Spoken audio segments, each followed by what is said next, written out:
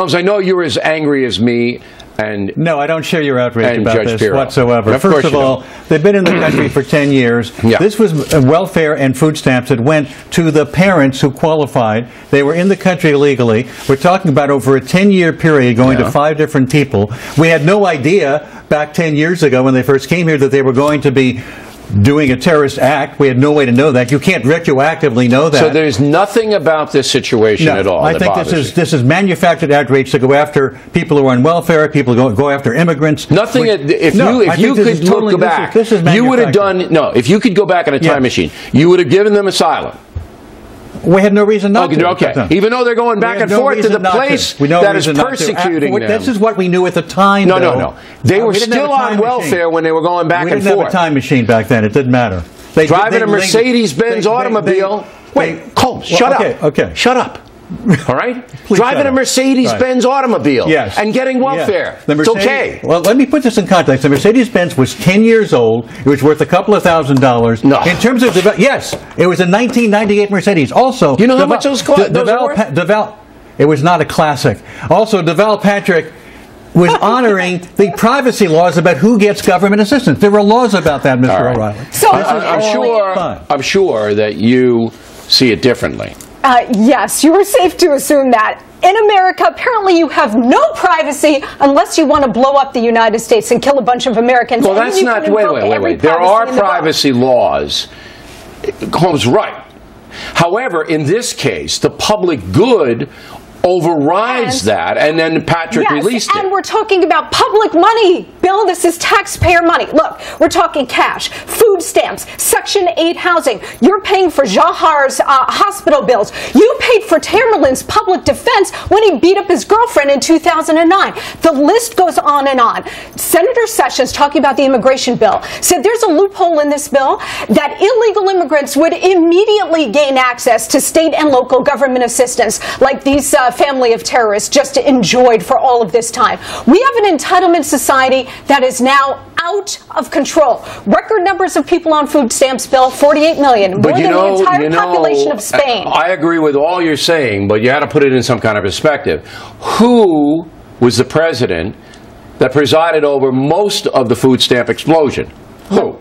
Let me tell you, you're talking about Lyndon Johnson. No, I'm talking about George W. Bush. George W. Bush. It did not originate with Barack Obama, but Barack Obama's policies have put this on steroids. Yes, he has taken it and run with it. But to be fair, this has been going on for a long time. Presided over the boom in food stamps. That's right, big government of both parties. Colmes, I just don't understand how you can say, knowing what we know now, that if you went back in a time machine, you'd still allow this family to come here.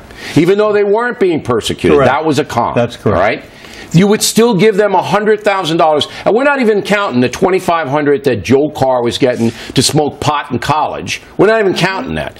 But the bottom line is this. There is no supervision over any of this. No supervision on asylum. No supervision on welfare payments. You can con the system, yet you wouldn't do anything about it. At the time, qualified. They were legally here in the country. They did not have an income that qualified. At the time the first time they started getting this, the younger brother was 8 or 9 years old. The other brother was 15 years old. As if we then were manufacturing terrorists by purposely giving them money to create terror. No, we had no way of knowing that. It's the system that is rotten. We can look at the system, but it has nothing to do with what happened to this family. Of course it does.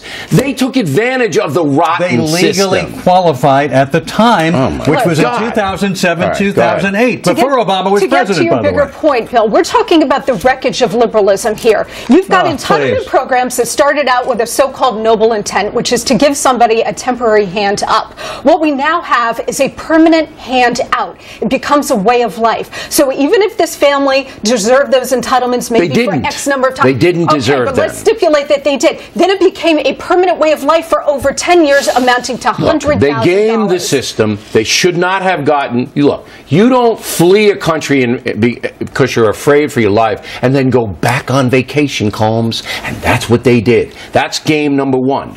Game number two is they all came here and they all took all of the government assistance, federal and state, state, because Massachusetts is one of the most liberal welfare states in the union, okay? They gamed it for a why couldn't a guy get a job? Why couldn't he earn a living? This was the father and the mother. This is not the brothers who committed the terror. Family. We're talking about $10,000 a year, maybe over a 10-year period, which is not a lot of money in the greater scheme of things. Let me just make for a family that could not afford to wrap it up. In the immigration debate, we hear a lot of this about how people just want to come here. It's the land of opportunity. They just want to be hardworking Americans. Okay, they want a path to citizenship. A lot of that may be true, but in this case, and in so many other cases, Bill, you have the exact opposite. They don't see America as a land of opportunity. They see a land of suckers. They game the system. We are suckers. Yes. All right.